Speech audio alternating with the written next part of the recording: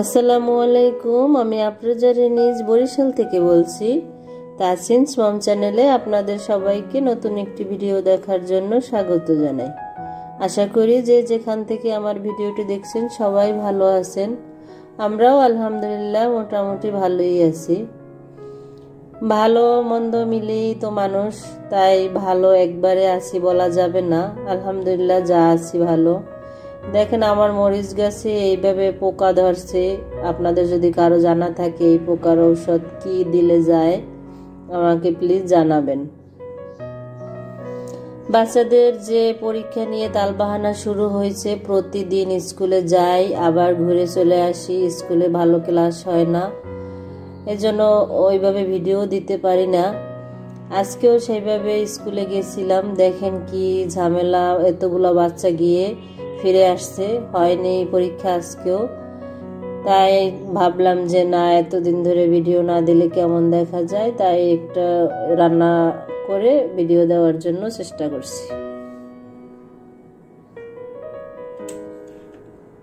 রান্না বান্না তো প্রতিদিনই করা হয়, কিন্তু ভিডিও করা, এডিটিং করা, ভয়েস দেওয়া, ছেলের পরীক্ষা চলে, এসব নিয়ে আর হয় না। তাই ভাবলাম যে যাক, যেহেতু পড়ালেখা তো ওর মতো করতেছে, আমি একটু চেষ্টা করি ভিডিও দেওয়ার। একদিন দেখলাম একটা ফেসবুকে এই বেসিংয়ে শাক দেওয়া নিয়ে অনেক কথা হয়েছে। জানি না কেন এইভাবে কথা বলে সবাই। আমিও তো বেসিংয়ে এইভাবে শাক দিই, যখন যেভাবে সময় সুযোগ হয় সেভাবে দিই। কখনো আবার এরকমের ঝাড়িতে করে ধুই, আবার কখনো এরকম বেসিংয়ে করে ধুই। জানি আমার মতো এত ছোট কন্টেন্ট ক্রিয়েটার ভিডিও দেখার জন্য কেউ অপেক্ষা করেন না। তাও আমি ইউটিউবের কাছে যেভাবে নিয়মিত ভিডিও দিতে হয় তাই আমি ভিডিও বানাই, যদিও এটা আমার শখের ব্যাপার। তারপর যেহেতু অনলাইন প্ল্যাটফর্মে আসলে নিয়ম আছে, সেই নিয়মগুলো মানার চেষ্টা করি। এখানে আমার অনেক ভুল হয় আমার কাজে, কথায়, আর তাছাড়াও আমি যেহেতু নতুন, আপনাদের মতো এত সুন্দর করে কথা বলতে পারছি না। যদি আমার কোনো ভুল হয়ে থাকে কোনো কথায়, কাজে, প্লিজ ক্ষমা সুন্দর দৃষ্টিতে দেখবেন। এখানে আমি আজকে মূলা রান্না করতেছি। জানি অনেকেই এই মূলাটা পছন্দ করেন না, তবে রান্নার মতো রান্না করতে পারলে সবাই চেটে বুটে খাবে। আমার ভিডিওর শুরুতেই কিন্তু আমি আমার দেশের নাম বলে দেই, গ্রামের, তাই আমার কথার শুরুতে কিছু আঞ্চলিক ভাষা চলে আসে। প্লিজ আপনারা এটা সবাই পজিটিভলি দেখবেন।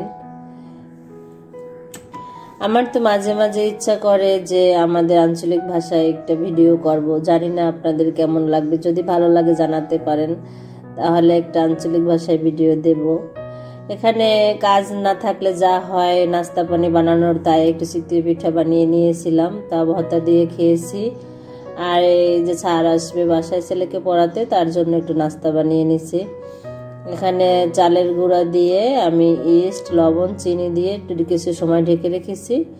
আর এখানে ডিম, চিনি, লবণ, লেবুর রস দিয়ে ভালো করে এটা ফেটিয়ে নেব।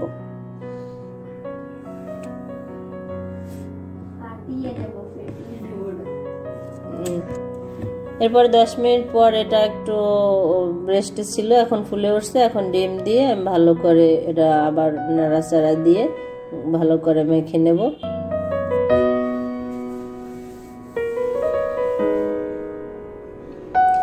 এরপরে আমি এরকম 3টা বাটি নিয়েছি, বাটিতে একটু তেল ব্রাশ করে দিয়ে এখানে ওই খামিরটা ঢেলে দিয়ে নারকেল দিয়ে একটু দেখার সৌন্দর্যের জন্য ফল ছিল, বাদাম ছিল, সেগুলো দিয়ে দিলাম। এরপর রাইস কুকারে একটু ভাপে দিয়ে দিয়েছি। 10 মিনিট পরে আমি উঠিয়ে নিয়েছি, হয়ে গেছে। দেখেন ভিতরটা অনেকটা সুন্দর, খেতেও বেশ ভালো লেগেছে। প্রথমবার এই নাস্তাটা ট্রাই করছিলাম, তাও আলহামদুলিল্লাহ ভালো হয়েছে। এরপর রাত্রে দেখেন মাছ নিয়ে আসলে কি যে লাগে, গুড়া মাছ, বড় মাছ, ইলিশ মাছ অবশ্য কাটতে সময় লাগে না। এখানে এই যে সাইজের 4টে মাছ নিয়ে আসছি, ইলিশ মাছ, এগুলো আমি ভালো করে খোস ছেড়ে রেখে দেব।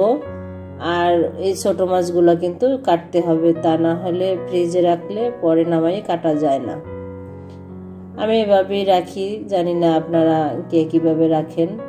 এদিকে আমার ছেলে আমার একটু হেল্প করে দিচ্ছে, জামা কাপড়গুলা তার টেকনিশিয়ান মেশিন দিয়ে সে ভাঁজ করে দিচ্ছে। পরের দিন দেখেন আবার স্কুলে গেছি, একই ইতিহাস, আবারও সেই পরীক্ষা হবে না। কি করব আর কি করার আছে। দেখেন এখান থেকে আজকে বিদায় নিয়েছি। ভিডিওটা যদি কারো ভালো লাগে প্লিজ একটা লাইক দিয়ে আমার চ্যানেলটি সাবস্ক্রাইব করে নেবেন। আশা করছি সবাই ভালো থাকবেন। আল্লাহ হাফেজ, আসসালামু আলাইকুম।